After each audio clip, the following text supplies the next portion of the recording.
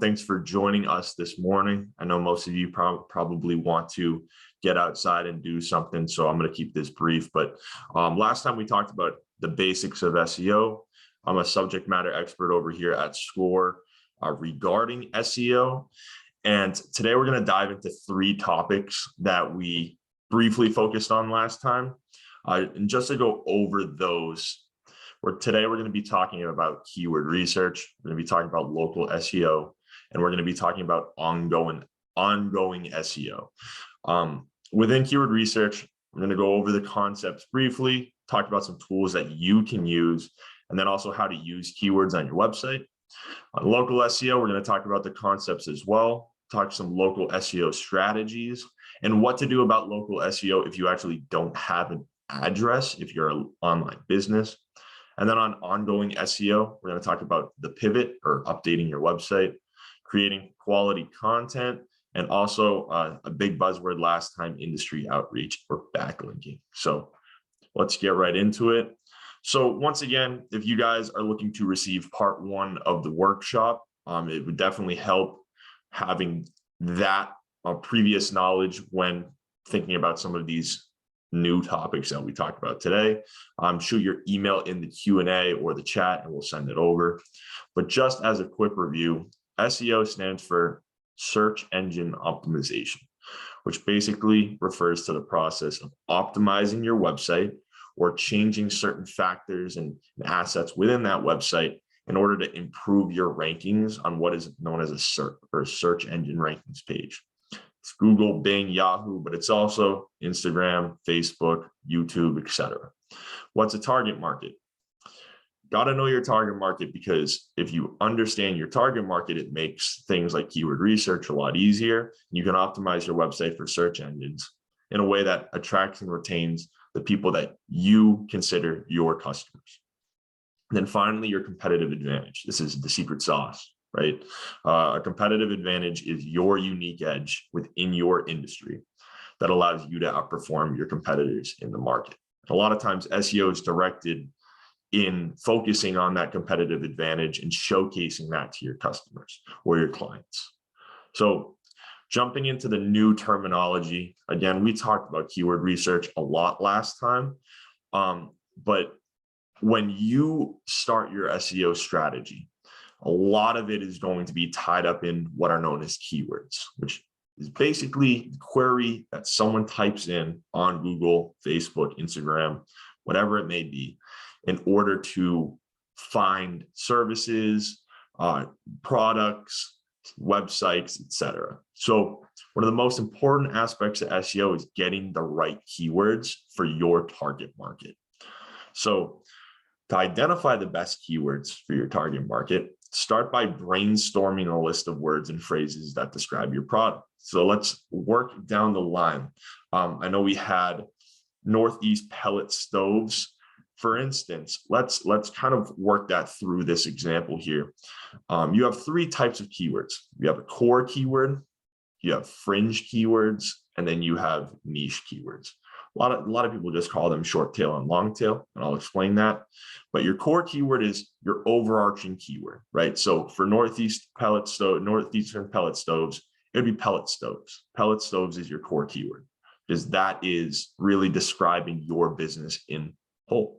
But a fringe keyword would be focused on the products, the services, and a lot of that competitive advantage that you do have. So for instance, if you have a specific pellet stove that it might be environmentally friendly, or if you have a pellet stove that's cost effective, or if you have a pellet stove that's the best in New England, those are the different fringe keywords that you can use. And then your niche keywords are what you're building for your content. So if you're talking about pellet stoves, a niche keyword might be, what types of pellets should I use in my pellet stove? What type of wood should I use in my pellet stove? So to go over each aspect of keywords, core are the major words you want to be found for, but they're very high in competition, but they also have high volume. Fringe would be something similar to your competitive advantage for your product, services, and the more broad pages on your site. So medium volume and medium competition. Again, it's still a little bit hard to attain those keywords. And then your niche keywords are the ones that you're writing content for, because those are the ones that you're actually going to be getting searches for pretty consistently right from the get, which is low volume and low competition. And I was talking about short tail and long tail. So every keyword that Google has within its system is one of these two things. It's either a short tail keyword or a long tail keyword. Short tail keywords are broad, they're general search terms. So for instance, pellet stoves, that's a short tail keyword. Smoothies, that's a short tail keyword. Very basic, very to the point, and it consists of maybe 1 or 2 words, right? So my example I use is running shoes. A long tail keyword is a lot more specific and they're longer phrases. So we were talking about pellet stoves, it might be northeastern pellet stoves, environmentally friendly pellet stoves, titanium pellet stoves. I don't think they make titanium pellet stoves, but you get the gist. So you really want to focus on the search intent. We'll get to that very shortly, but when you're picking your core keywords and your fringe keywords, I would try to focus on your core keyword. Definitely wants to be a short tail because it's going to be one of those broader, high volume. And over time, you're slowly going to be able to rank more and more for core keywords or short tail keywords. And that's why you want to use it as your core. But for your fringe and for your niche keywords, try to focus on long tail keywords because those are going to be the things that actually deliver the traffic to your site. And then regarding intent. So like I said, when you're picking long tail keywords, a lot of times what you're doing in SEO in general, specifically in long tail keywords, a lot of long tail keywords are questions. SEO is all about answering your clients and your customers' questions, providing all the information that they need so there's no friction before the sale. Okay, here's what you need to know about my business. Here's what you need to know about my industry for you to trust me and for you to actually purchase a product or service on my website. So every single query, like every keyword, is either long tail or short tail, has one of these 4 intents. The last one, I actually said investigation. It should be intent. But when someone is searching, they're either looking for information, they're looking to get to a website, they're looking to make a transaction, or they're looking for a commercial service. Informational intent is really for blogs, for FAQs, providing information based on questions people are asking. A lot of times those are questions, right? What is the best type of pellets I can use in my pellet stove? What is the benefits of a Hit Me bag, right? Certain things like that are going to allow for you to answer that question right up front. And that's one of the signs of an effective piece of content. Navigational is a little bit, that's going to come as time goes on. So for instance, if you type the word Nike, or if you type the word, for instance, like Northeastern pellet stoves, or if you type in score.org, right? You're looking to go to a website. If you type in Falmouth Solar, same thing. You're looking to go to that website. It's going to be very hard to compete with other people's navigational keywords. Transactional and commercial are really where you want your products and services pages. Transactional intent is someone actually wants to buy a product. They want to buy a product. So usually if you have a transactional keyword, you put a product page in front of them of the product that they actually want. You provide all the fictions like reviews, sales, descriptions, etc. A lot of times people actually pull the trigger. And then commercial intent, people want that service. So if you provide any common questions with answers, if you also provide reviews or testimonials, a lot of times people will actually go ahead and pull the trigger for that too. So how do you know what search and is what intent? How do you know what their volume is? How do you know how competitive they are? Well, a lot of times you can get that from whether they're a short tail or a long tail based on volume and competition. And then also just by using a lot of like your common sense, you can also kind of piece together what that intent is. But if you want accurate information, you're going to need to use one of these tools. What I will say right up front, unless you're a a large company, there's really not a whole lot of reason to jump into a paid tool unless it's something that you're heavily investing in. If you have Google Ads running, it may be worth your time. But the one that I use as a SEO technician, I use SEMrush, and I also have SpyFu, Mangools, and Ahrefs or Ahrefs, and I've heard it pronounced a ton of different ways. And I usually cross-check them to get the best data.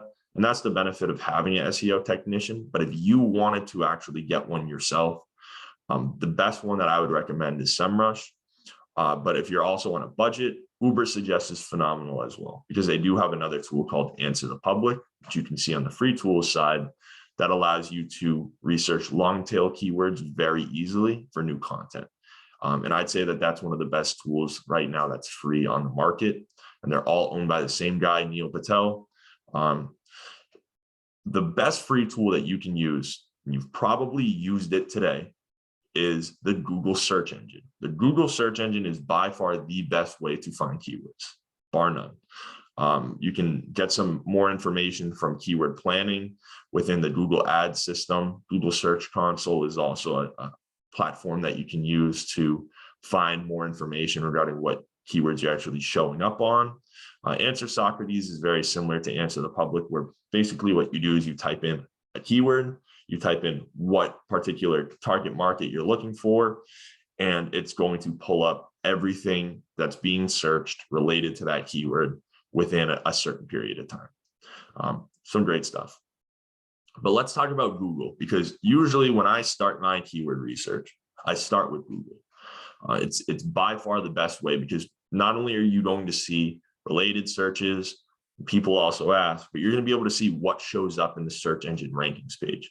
Because the way that Google builds their search engine now, based on that intent, based on what people are searching for, they're going to provide you certain things on the SERP that is going to focus around helping that person who's searching that query get to where they need to go as fast as they possibly can.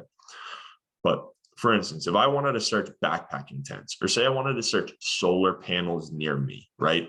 I could type it into this URL right here and say backpacking tents, right? And what that's going to do is it's going to pull up the search engine rankings page for that keyword. Backpacking tents is a short tail. So it's going to pull up, first off, backpacking tents a lot of time is going to be, just common sense wise, a transactional keyword. You can tell what's transactional if there's products that show up. You can also tell if there's commercial, if it's commercial intent, if services show up. But backpacking tents was a transactional intent. Same thing with probably solar panels as well. That may be a little bit more informational too, because it's still one of those things that people are trying to understand. They need some information on it. But what you're going to see on most pages, search engine rankings pages, are these two things right underneath it. The people also ask, and the related searches. If you want to find short tail, long tail keywords that relate to this short tail keywords that are being searched consistently, you can find that within the related searches portion. So for instance, if I'm creating a backpacking tent and I need an opportunity for a new product, right? What I probably want to do is type in backpacking tents, and then I can come down here in related searches and say, oh, you know what? I can produce an ultralight backpacking tent for 2 people. I can do that. I can also produce an ultralight backpacking tent for 1 person. And also, what's the best ultralight tent 2-person if I wanted to create a piece of content? Because what you're doing is you're taking those long tail keywords and you're turning them into future products, services, and content that can help your business in the future. Additionally, you have people also ask. The people also ask are questions that are consistently being asked by your target market that are searching for the exact same thing. So what tends to backpackers use? What you can do is you can take all of this information right here. What tents to backpackers use? What is the best size for tent for backpacking? How heavy is too heavy for a backpacking tent? All of those, and create content. All of those would be a title of your content, and you build it out based on what we talked about a little bit later today. So those are 2 easy ways to do some basic keyword research to get what you want to get from it. And then how to use those keywords. So for Matt, instance, we had one question on the keyword research.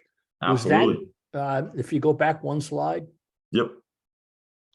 is that the general Google search bar, or is there something specific within Google you have to go to access that? Nope, that's just a basic Google search bar. If it is a little weird, I actually have my Google on dark mode. But that's why it's like gray and not white. But every single search engine rankings page, for the most part, if you just type it into your Google, you're going to see a people also ask and a related searches section. You can use those. It's free, very, very easy. So next thing, we're going to talk about how to use keywords on your main navigation pages. There's a way to do it with your content as well. But really what you're going to want to do is, this is how you set up your website. After you find your core keyword, your important fringe keywords, and then your niche keywords, what you're going to want to do is jump in and start optimizing your pages. On your home page, you want to put your core keyword on there. That's your main keyword. That's the keyword that describes your entire business. So smoothie shop, solar panel, Cape Cod solar panels, or just solar panels, pellet stoves, and those are really what you want to focus on. Important navigation pages like your services, your products, your about page, our story page, whatever it may be, you want to put a fringe keyword there, really to focus on that competitive advantage. And then your blogs and products are really going to be the thing that is driving most of your traffic. And each one of your blogs or your product pages are going to have a niche keyword that describes them. Just like we saw last slide, this would be a niche keyword that would be perfect for a product page. This would be a niche keyword that would be perfect for a content page, or any one of these for your blogs and your products. And then you want to, when you're optimizing a site, focus on your URL structure by using clean, descriptive, keyword-rich URLs. So for instance, if I'm found with solar, I hope this is the correct URL, but it might not be. foundwithsolar.com/energy rich solar panels, right? Or solar panel, low power solar panels, or something like that, would be a keyword rich and descriptive URL. Also your header tags at the very top of your page. What does it say? Does it say energy, low power solar panels? Does it say high battery capacity solar panels? Does it say acai bowls? Whatever it may be, you want to put it right at the top of your page so Google knows what you're talking about on that page. And then your keyword usage. You don't want to stuff. A lot of people immediately start throwing in, for instance, pellet stoves all over their entire site, or smoothies all over their entire site, or whatever it may be. You don't want to do that. You just want to put it maybe one or two other times, preferably in the very beginning and the very end.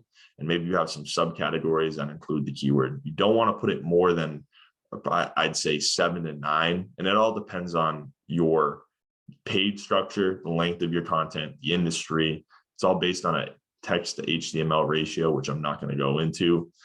But in order to avoid all that mumbo jumbo, just keep it to around 3 to 5 and you'll be in really good shape. Matt, couple of things. Yeah. First, just a technical question. Somebody asked if you could go to the presentation mode so that this text gets a little bit bigger on your slides. I'm not sure if I can. Unfortunately, I think I got to stop using this site for my presentations. But let me do that. Actually, you're right. I'm not even in presentation mode. Good call. And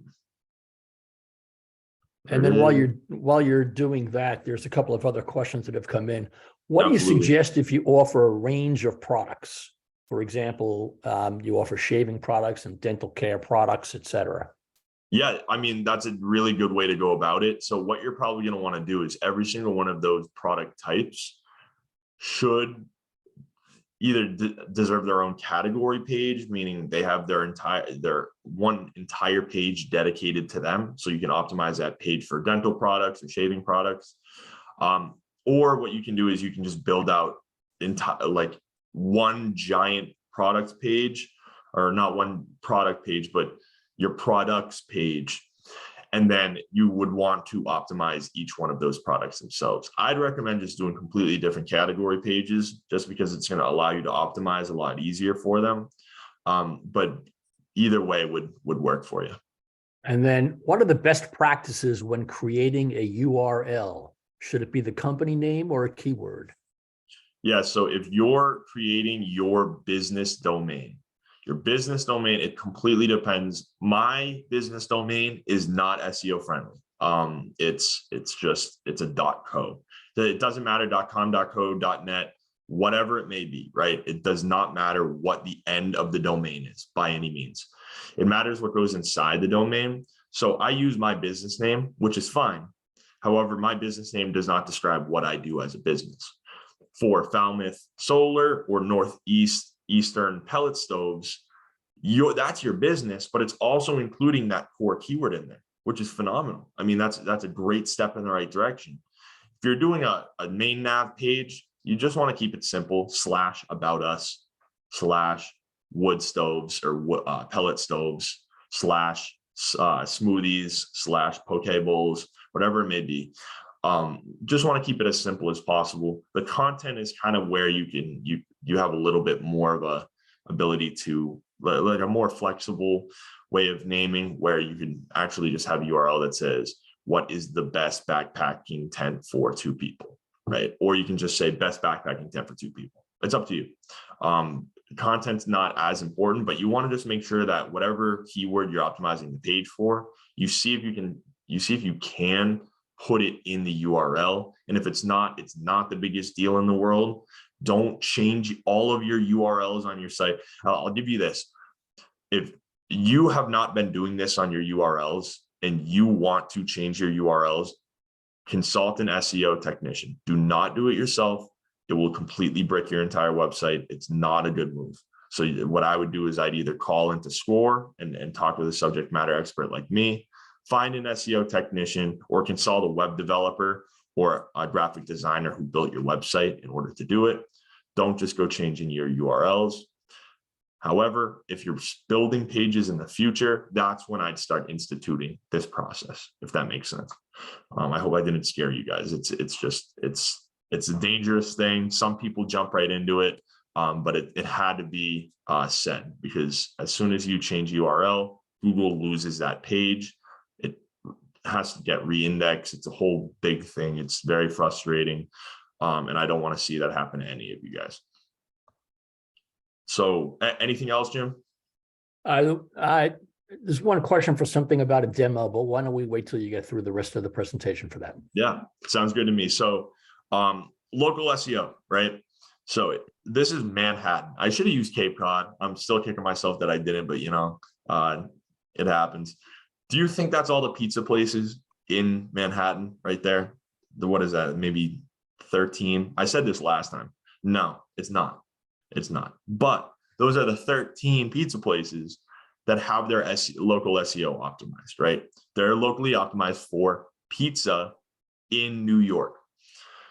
So when people ask SEO technicians like me what I consider the greatest keyword, I always say it's the near me keyword, because if you're a local business, chances are you live and breathe in walk-ons, especially a lot of these businesses down in Cape Cod or in Newport, Rhode Island, or beachside communities.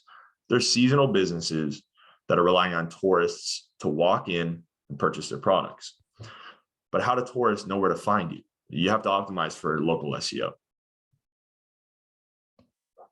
So some local SEO strategies we're going to go through. The number one thing that you absolutely need to do is, a majority of people nowadays either use 2 app sites, right? They use Apple Maps or they use Google Maps. And then there's a lot of people that use Waze. I use Waze too. But for the most part, a lot of people are going to use Google Maps without even knowing it, because Google Maps shows up on the search engine. So what happens if you search up something near me, solar panels near me, what's going to happen is something like this is going to pop up. It's going to show your local area and show all of the Google business pages within that area that rank for that keyword. So for instance, I typed in outdoor stores near me, and North Chatham Outfitters popped up like that. And if someone in here is running North Chatham Outfitters, that'd be really cool. You're going to get 3 slides as an example for your business. So this is a really well optimized local SEO for outdoor stores near me. But not only that, you can see outdoor sports store right there. Boom. Camping store, outdoor sports store. So when you're optimizing for local SEO, the first thing that you should be doing is getting a Google business profile or a Google My Business page. That's what I'm going to call it because I'm an old soul. That's what it used to be. It changed it. It happens. So what you're going to want to do is go to googlebusinessprofile.com or Google, just type in Google Business Profile right in the search on Google. And what you're going to want to do is create a Google Business Profile. You want to choose your appropriate business category, the products and services that accurately represent your offerings. You want to add as many high quality images as humanly possible of your store, your team, your products, the front of your store, all around your store. Just start going crazy. Just take photos, take as many as you can, publish them right to Google Business. And what that's going to do is they're going to start populating right in these photos. And then the final thing is you then need to start almost like a crusade to your past customers and clients to ask for reviews, because reviews are very, very powerful. Good reviews, bad reviews does not matter. You just want reviews. The more reviews, the better. However, if you do get negative reviews and even positive reviews, what you want to do is you want to respond to their feedback promptly.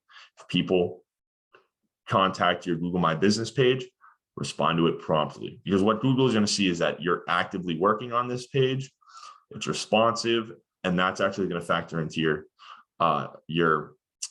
brand awareness or your placement on the search engine rankings page a lot more than you'd think it would. So that's the first step, is that Google My Business profile. The second is you want to optimize your website for local search. So you do that by following that keyword research process that we just talked about, but focus it a little bit more on those local keywords, right? So include location-specific keywords like the state or the city or the town or the county that you're in, or if you're within like a tourist destination like Cape Cod or like, for instance, Nickerson Park that we just saw on that last slide. What you really want to do is you want to incorporate that into the keywords that are on certain pages of your site. Maybe it's your contact us, maybe it's a directions to page, maybe it's your about page, whatever it may be. And use title tags, meta descriptions, headers, and more to optimize it. Make sure that your business name, address, and phone number, or the NAP, is consistent throughout your website's header, your footer, the contact page. And then we're going to talk about that a little bit in the future. It's always better to put your address as much as possible on your site, just so Google is like, oh, that's where they're located. Let me put that in the right spot, So the last two are embed a Google Maps widget on your contact page or on your footer to help users locate your site a little bit better. Again, I would not say if you cannot fit a Google Maps widget into your site, you don't have to. It's just another way that users can kind of say, okay, I can click that, I can hit directions, I can plug that right in to my directions, and I can get to where I need to go. And then finally, the most important thing for SEO in general, so make sure that your website is mobile friendly. If you're using Wix, Squarespace, WordPress, with Elementor, whatever it is, make sure that you are updating your designs for your website on the mobile end as well as the desktop end of your website. You can check a mobile view. There's mobile views on every single one of the website builders. So because a majority of web searches are now conducted on smartphones. Matt, just to get a couple of questions in. Yeah. As you would expect, we have the usual questions about what the heck do I do for Google My Business if I don't have a local store? Yes. Or I don't have a storefront. Oh yeah. Or I sell mostly online. Absolutely. As Jim and I know, that's one of the most popular questions in SEO. So there's two ways to kind of go about this. And I have a slide for it, so I'll answer that question. In the meantime, answer it when you get to it. That's fine. Yes. Is there another one that you said? I know that's, so then people will ask not only how do you do it, but is it worth doing local SEO if you are just selling virtually and you're not trying to attack the local market? Absolutely. Absolutely. And we'll get to both of those, I think, right after this slide. Real quick, just I'll spin right through this. Build local citations and acquire local backlinks. And this is something we're going to talk a little bit more expanded towards the end of the presentation. But if you're a local business, what you want to do is you want to consistently go to those local listings and local directories, make sure they're reputable, like Yelp, TripAdvisor, et cetera, et cetera. I have a small page after this that's on that, and add your business to them. Some of them cost money. If you want to stay away from that, that's fine. But the more directories that you have, and if you have that NAP, the name, address, phone number consistency, what that's going to do is it's going to show Google, okay, this business actually does exist. They're verified in multiple places.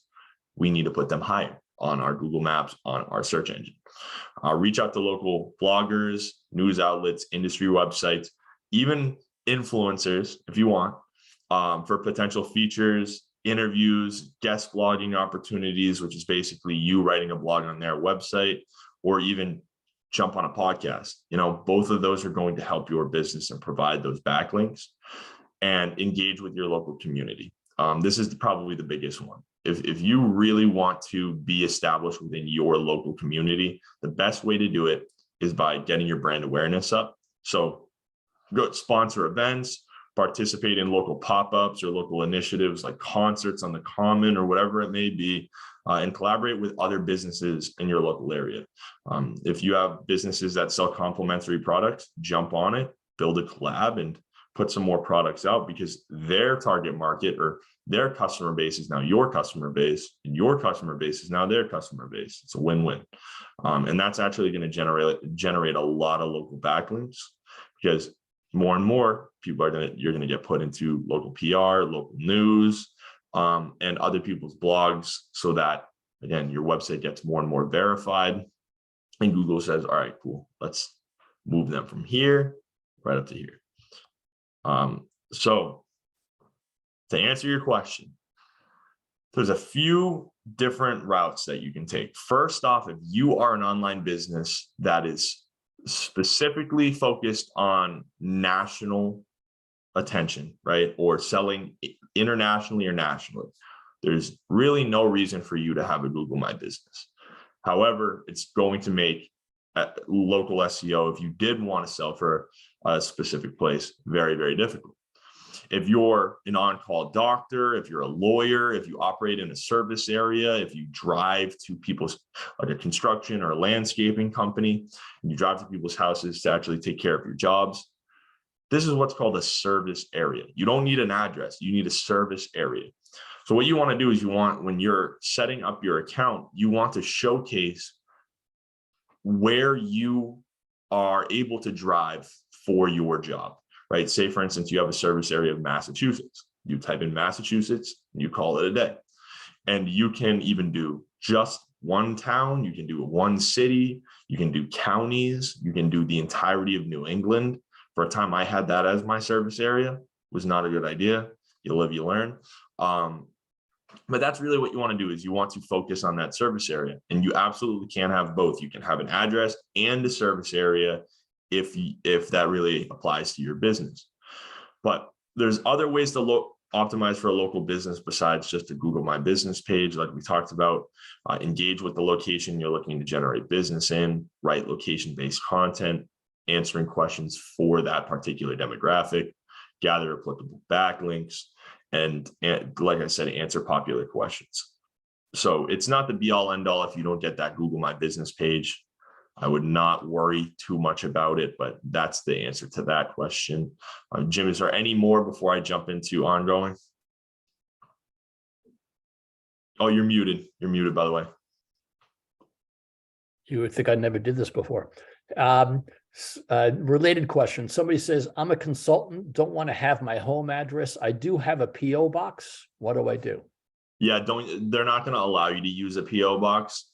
So the new Google My Business process is brutal. It's not fun. If you have an address, what they're going to want you to do is prove it beyond a reasonable doubt that you own and operate your business at that address. A PO box, they will not accept.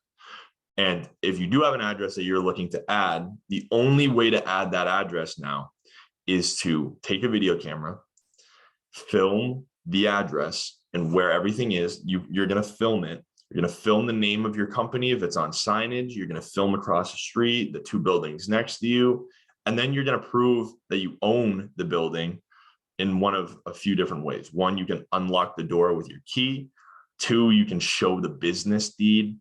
Or 3, you can also showcase like an opening or a grand opening in the newspaper, right? They do very specific things in order to verify that you have a business. It's all for good reason, because there's been a lot of fake businesses that have been popping up on Google Business, but they've really cracked down on that. It stinks, but again, it is 100% worth the trouble. That video that you send into Google will never be released, but it is kind of a hassle. That's one of the biggest issues that I typically have with clients that I work with, and with some of our SCORE, helping on really building those Google My Business pages is a little bit tough. But again, it never ends, right? We're going to be talking about ongoing SEO, and SEO is one of those things that you have to commit to. It's not something that you can set it and forget it. It does not work like that. You actually have to consistently work on your site. And there's 4 different ways that you should be focusing on as your site progresses. So pay attention to organic traffic. Pay attention to how you have grown or declined on organic traffic. Declining in organic traffic is not always a bad thing. It's going to show you if something's not working, if you have a poor keyword that you're using, if you're not focused on the correct target market or the right intent. And those traffic fluctuations are actually going to be one of the biggest telltale signs that you need to pivot. And we'll talk about that. Content updates. Your content is great. Most people write content based on keywords, but then they let it sit there, right? What you need to do consistently, especially if it's a question that's based on current information, is go back to those pieces of content and update them based on new information. Your content, the longer it sits without doing anything, the more Google is likely to say, okay, there's new content that's better that I'm going to put ahead of it. And unfortunately, that's the world we live in today. It's very competitive on search engines. So you just want to make sure that you're consistently updating your content with better and more informed information for your customers or your clients. Another thing, user engagement. What are people doing on your site? Are people converting? Are people sending you emails? Are you generating leads? What's the bounce rate? They have a time on page or a page stay. What's the pages per session? All of that data, I'd say if you're a smaller company, that's stuff that you may not want to pay attention to at the moment. But if you're really in that growth stage where you're working on scaling your company and you're looking at new tools to add to your tool suite, definitely use a data analytics tool like Google Analytics to start finding stuff like that out, because it's going to show you problems in your website's design, layout, content, products, and services that is going to allow you to build stuff in the future that's going to actually be effective. And then finally, look at your competitors. If your competitors are doing great, that means that they have something that you don't have. Find out what that is and copy it. It's part of SEO now. Is what is it? Imitation is the best flattery, right? Especially in SEO. If something's working, it means that they found what's working best with your target market. And sometimes that means seeing something that they're doing and saying, okay, I can do that better. Or, okay, I can actually do that with this. They're doing it with this. I'm going to do it with this. So look at their content, their backlinks, their keyword rankings, and even look for potential opportunities and threats to your own social growth and your own SEO growth based on what they're doing on social media and on their search engines.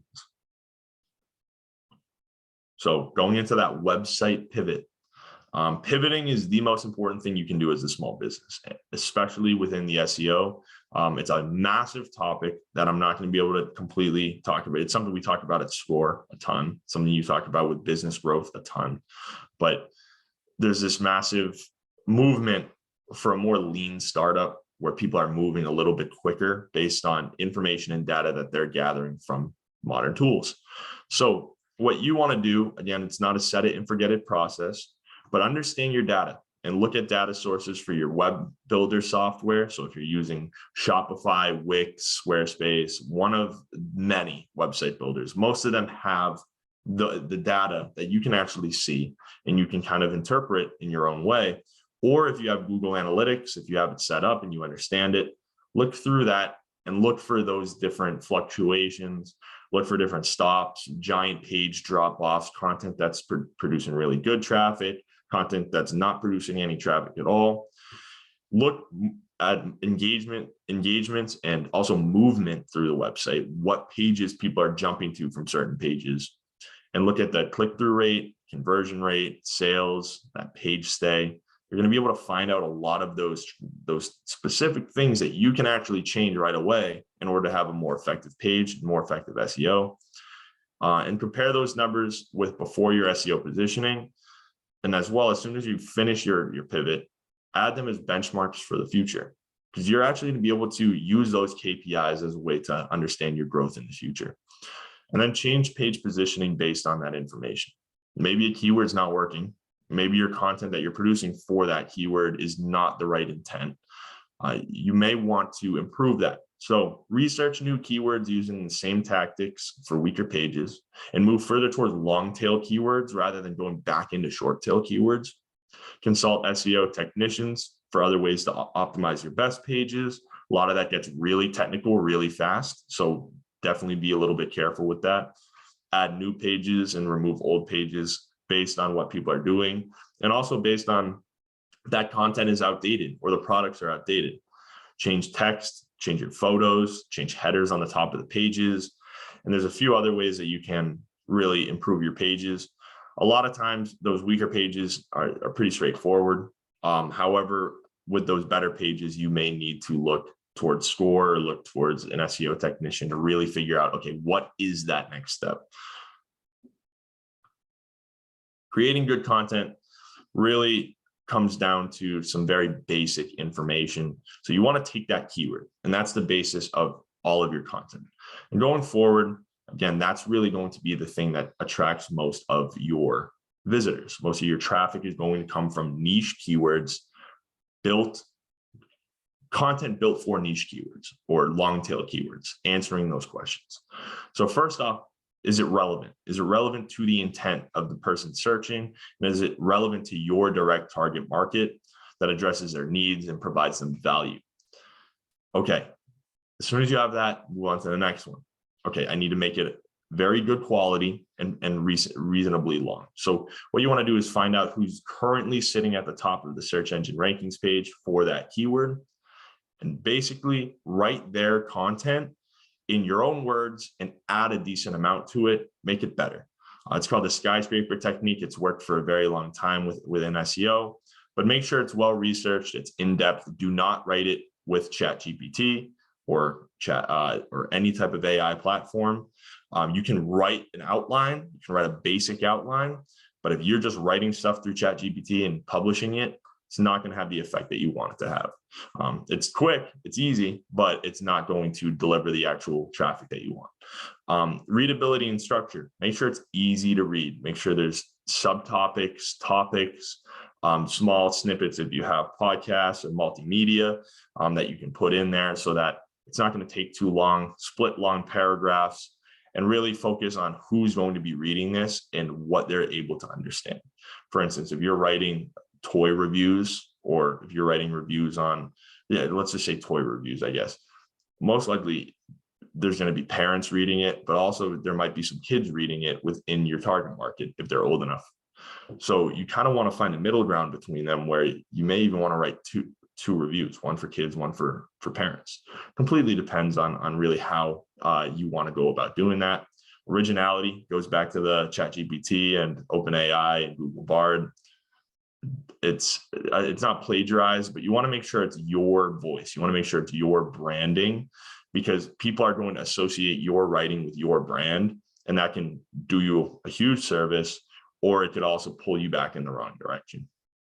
Keyword optimization, you'd optimize it just like any other page: headers, URL slugs, keywords, as well as alt text in images, image captions. You really just want to make sure that it's fitting the keyword that you picked, and even using amplifying keywords around it. And then regular updates, multimedia elements as well. Add images, videos, infographics, make it a little bit more fun to read. That's kind of why those BuzzFeed quizzes that most people really don't like do so well, because they have a lot of multimedia. But more importantly, add a YouTube video if you have a YouTube video. If you're doing a toy review, add a review to it. If you're talking about a specific type of solar panel, actually have an entire video of that solar panel showcasing the different elements. And then make sure you update it regularly. Industry outreach, I think, is the last slide. Let me just, yes, okay. Industry outreach is the last slide, and it's very important as well. It's just building backlinks, right? So there's a few proven ways to generate good backlinks. The best one right now, based on the Google algorithm, and it changes every single day, it's something that I have to stay on top of, is creating high quality content. If you build really, really good content within your niche, people are going to repost that to their LinkedIn, to their Instagram, to their Facebook, whatever it may be, probably not their Instagram, but you know what I mean, and share it. And what that's going to do is it's going to help you build backlinks. Better content means better backlinks, especially if it's well-researched, and especially if it's something that is going to provide value to your target market as well as your constituents within your industry. Guest blogging is another great one. If you have any complementary products, like we talked about earlier, within your local area, or even within a national or international level, what you can do is specifically on any industry websites or blogs, you can go to that blog and say, hey, I'd really like to produce a piece of content for you on this, this, and this. Is that okay? And you writing that content on their site, if they're a higher authority than you, that's a lot of that lingo as well. If you're starting your business, a lot of those sites will be a higher authority than you. So any guest blogging that you do is going to go a long way. And that's going to point that content right back to your site, provide some traffic from their site, as well as show Google that you're verified within your industry. Build relationships. And this is a big one. A lot of times, the easiest way to get a very solid, high authority backlink is by getting involved with PR, bloggers, influencers, and industry professionals, writing to provide quotes in maybe publications or articles, sharing that really solid content through that high quality content you created with a reporter doing a story on solar panels, or doing a story on how wood pellets are a little bit more environmentally friendly than something else, whatever it may be. Those collaboration opportunities are going to lead to more collaboration opportunities. And especially if it's with very solid industry professionals within your industry, it's going to grow you into not an influencer, but a thought leader within that community, especially within your local area, so that a lot of that trustworthiness that comes with that is going to benefit you on the Google search engine as well. And leverage local partnerships. I've said that like 4 times. If you're a local business, go right down to Main Street, find specific, I'm in Chatham. I mean, I can walk right down to Main Street, and I'm sure I could find a few different businesses that could cross over pretty well, make a collaboration, and really benefit from both of their audiences or customer bases crossing over. So those are the 4 main ways that you can get pretty solid backlinks. If you had to devote your time to one of those, I would say that it would be build relationships. Just go network. It's going to help you leverage those local partnerships. It's going to give you opportunities to guest blog, and it's going to help you build quality content, because who knows, maybe your content is a collaboration between you and another business. But here's a list of backlinks that you can get tomorrow. I believe that's it for now. So I'm going to leave this page up just to go through it. You really want to focus on associations and memberships like the Better Business Bureau or the Chamber of Commerce. Those are really solid backlinks going forward because they're, again, websites built for trust. They're going to showcase businesses that association or the members within that association trust, and that's going to provide authority. Business listings similar to Yelp, Yellow Pages, TripAdvisor, stuff like that is going to help as well. They're established companies showcasing the trusted businesses within a specific area. It's another really good opportunity. And then ask clients, employees, and customers if you can guest blog for them, or if they would write a review for one of your products or whatever it may be. Providing your website on their website is actually going to help you in the long run. But at the same time, it's one of those effective ways of generating a testimonial. Hey, I'd love to hear how you've used your specific product from us. Write it right on your website, and I'd like to hear from you. Those are three main ways, but I know we only have 5 minutes left, so I want to open it up to some questions here. Matt, you talked about analyzing other companies' data. Yeah, you can't. Yeah. How do you do that? So a lot of times, unfortunately, there's a lot of technology that you could use, but to spy on what they're doing. However, what I would say is it's very hard to actually get the specific data like click-through rates or anything like that. Some of those platforms that I showed earlier, like SEMrush, Moz, and Ahrefs, they'll give you like their traffic data and how they stack up on keywords and backlinks. And that's really where I get that data. However, a lot of times what you want to pay attention to is the content that they're producing and the products that they're building.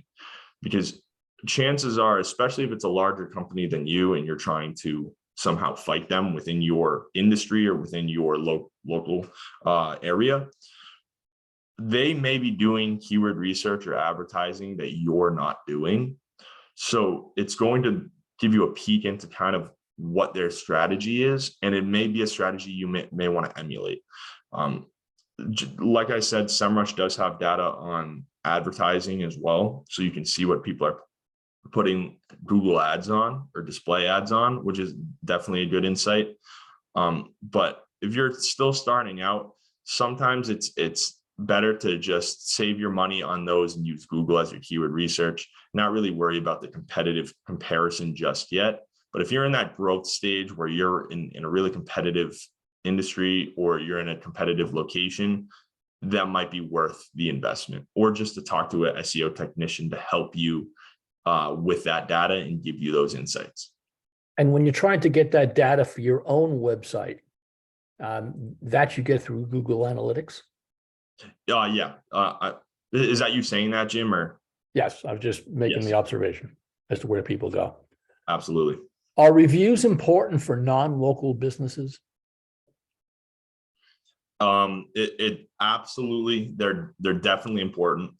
It's just where you get them that's important. If you're a non-local business, chances are, like if you're using Shopify, or if you're not going to be using Yelp, you're not going to be using Yellow Pages, you're not going to be using TripAdvisor. So you're not going to be able to get reviews on those platforms, and you're not going to be using Google as well. But what you want to be doing is you want to be getting reviews on your website, testimonials, because what that's going to do is it has the exact same effect. And if you can't be getting reviews on those platforms, what you may want to do is take a page from that industry outreach book and say, okay, if I can't get reviews on those platforms, maybe I ask my customers to write a review on their own website, or write a quick blog post on my website saying how they use my product. That way you're kind of showcasing those use cases, which go a long way for products and services. What if your business is virtual and you travel? So you do hold events and meet people where you go, but 99% of the time it's virtual. Is it worth doing local SEO, or is there a category for virtual and global?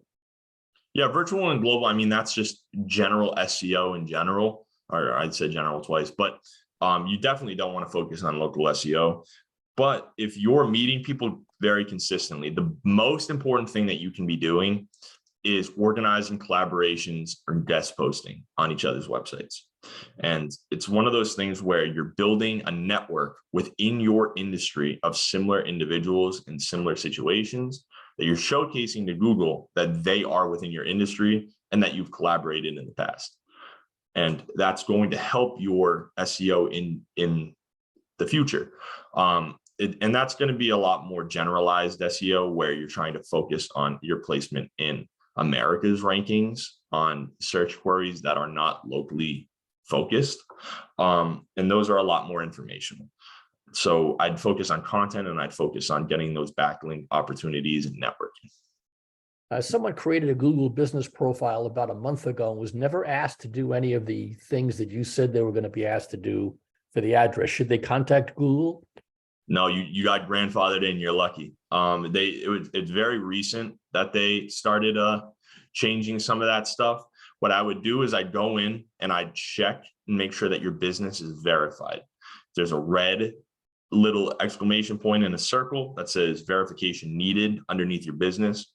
You're not verified, but based on what you just said, I'm sure you're verified and I'm sure you got grandfathered in. So I'm just going to say you're very lucky and enjoy it. Yeah. And don't call Google. Don't call Google. And if Google will never, ever call you either. That's one thing that you need to know. If someone calls you from Google, it's not Google. They don't want to call you, unfortunately. It's a scam. And it's pretty widespread right now is the Google listings scam at the moment. So definitely be careful. How do you verify that your SEO is working? Are there tools to inspect our SEO performance? Yeah, that's a great question. What I would say is you can use different tools. And again, I have that slide in the presentation. I'll send the slide deck to everyone. It's just a link. You can jump right in. There's a few different ways that you can monitor your SEO. The main 3 numbers I would say that are going to showcase that the main 1 number is your authority score, right? And that's a combination between the quality and the number of your backlinks and your referring domains, which are domains referring to you, your organic traffic, and then the age of your site. Obviously, some people have a lesser age. That comes with time, obviously, but the higher your organic traffic usually means that something is working. A lot of times it's your content and your products that are working, and then your backlinks as well. But an authority score is from 0 to 100. That's a great way to kind of check it out. But also check on just your traffic. Is your traffic increasing? That means your content strategy is good. And then also check on your sales numbers. If that traffic is increasing and your sales numbers aren't increasing with it, chances are that you're writing some really good content, but you don't have an effective flow within your website to get them to that sales point. So that would kind of be one of those things where you can gauge where you are within your SEO. High traffic, low sales, you're still a little bit early and you have some changes to make within your layout. So that's kind of how it goes. But if you really want those detailed analysis, download Google Analytics or use one of those tools that I had within the previous slide. Okay, there are a number of additional questions. What I'm going to suggest, folks, is that we will get you answers to the questions we didn't reach after this session is over. I'd like to thank everybody for their time and attention. Matt, I'll send you a list of those questions and you can get the answers to me and we'll get them out to people in good time. Yeah, that's awesome. Yeah, some really good questions to them. I'm looking through them right now. I wish I could answer them all, but it definitely went a little long today. I appreciate everyone coming out today. I know some of you have it off. Enjoy the rest of your day. Jim, as always, thanks so much for having me. Yeah, I appreciate it. Awesome. Listen, everybody, thank you for all your time and attention. Look forward to the next time around, and we will get you the information you were looking for as promptly as we can. Thanks very much. Thanks, everybody. Awesome. Take care, guys.